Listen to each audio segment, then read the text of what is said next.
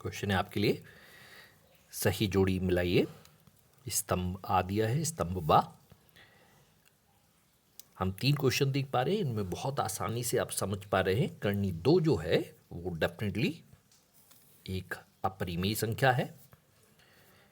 9 और 27 का एलसीएम यदि ज्ञात करेंगे तो 9 और 27 का एलसीएम 9 और 27 से बड़ा ही होना चाहिए या बराबर होगा, तो आंसर होना चाहिए 27।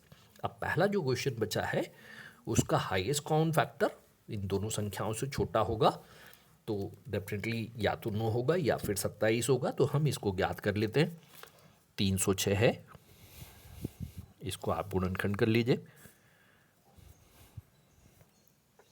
पहले 3 से भाग दे देते हैं। 3 एकम 3, 3 शून्यम शून्य, 3 दूनी 6। वैसे सम संख्या थी, 2 से भाग देना चाहिए था, लेकिन ठीक है। 3 त्रिका 9, 3 चौक 12, फिर 2 से 17 बार जाएगा और 17 से 1 बार जाएगा, मतलब 306 आप लिख लेंगे 3 की घात 2 गुणित 2 गुणित 17, 657। 3 से भाग जा रहा है, 3 दूनी 6, 3 एकम 3, 2 बचेगा, 3 नम 27। फिर 3 से भाग जा रहा है, 3 नम 27, 3 तिरका। अब हम देखें यहाँ पर, तो ये जो 30 आती 21 था, 73 जो है वो एक अपरिमेय 73 जो है वो अभाज्य संख्या हो गई, इसलिए 73 से ही भाग जाएगा। तो 657 जो है उसको आप लिख लेंगे 3 की घात 2 गुणित 73। तो इनका जो हाईएस्ट कॉमन फैक्टर है वो उभयनिष्ठ गुणनखंड की बड़ी घात, उभयनिष्ठ गुणनखंड की छोटी घात, मतलब 3 की घात 2, वो 9 के बराबर होगा। तो पहला जो क्वेश्चन उसका आंसर होगा 9। नेक्स्ट क्वेश्चन है आपके लिए, एक शब्द या वाक्य में उत्तर दीजिए। 94,404 का हाईएस्ट कॉमन फैक्टर। तो आप इसको पहले गुणनखंड करिए। 94 है, 2 से भाग देंगे, 47 बार जाएगा और 47 तो अभाज्य है, एक ही बार जाएगा, मतलब इसका गुणनखंड केवल 2 आया।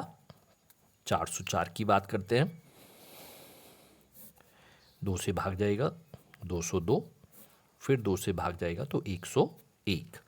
तो यदि हम देखें दोनों में कॉमन यदि है उभयनिष्ठ गुणनखंड तो वो केवल 2 है, इसलिए इसका हाईएस्ट कॉमन फैक्टर जो है वो होगा 2। संख्या 156 के अभाज्य गुणनखंड लिखिए। तो 156 को आप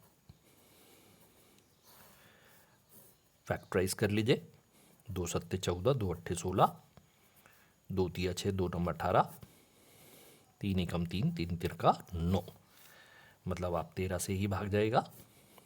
तो ये जो गुणनखंड होंगे 156 के वो हो जाएंगे आपके पास 2 की घात 2 गुणित 3 गुणित 13। नेक्स्ट क्वेश्चन, दो प्राकृत संख्याओं के लिए एचसीएफ और एलसीएम में संबंध। तो अगर मान लीजिए दो संख्याएं ए और बी है तो एचसीएफ इंटू एलसीएम उन दो संख्याओं का गुणनफल होता है, that is a into B.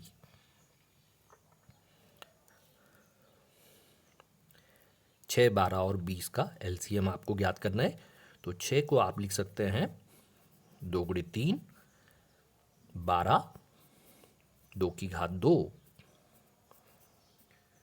गुणित 3 और 30 लिखा हुआ है, मतलब होगा 2 गुणित 3 गुणित 5। तो अब इनका एलसीएम क्या होगा देख सकते हैं हम, 2 की घात बड़ी, 3 की घात भी बड़ी वाली और 5 की घात भी बड़ी। तो 5 चौक 20 दिया 60। तो ये जो तीन संख्या है इनका एलसीएम हो जाएगा 60। करनी 5 एक अपरिमेय संख्या है, तो ये सत्य कथन है, ये एक अपरिमेय ही संख्या है।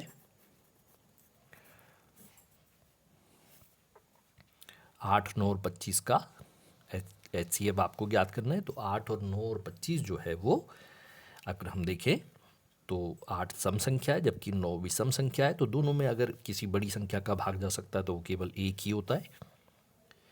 505 के गुणनखंड 505 लिख लेते हैं। 505 नहीं, 5005 है। देखिए गुणनखंड करेंगे, 5 एकम 5। अब आप देख सकते हैं ये संख्या जो है वो 5 के टेबल में तो नहीं आ रही है, 3 के टेबल में नहीं आ रही। 7 से भाग देख के देख लें, 7 से भाग देंगे, 7 एकम 7, 3 बचेगा, 7 चौक 28, 2 बचेगा, 7 तिया 21। तो 7 से ये भाग जा रहा है। देखिए 7 एकम 7, 3 बचा हुआ, 7 चौक 28, 2 बचेगा, 7 तिया 21। 143 11 से भाग जा सकता है, 11 एकम 11, 11 तिया 33। फिर 13 से भाग जाएगा तो एक बार, इसलिए 5005 इसका गुणनखंड हो जाएगा 5 गुणित 7 गुणित 11 गुणित 13।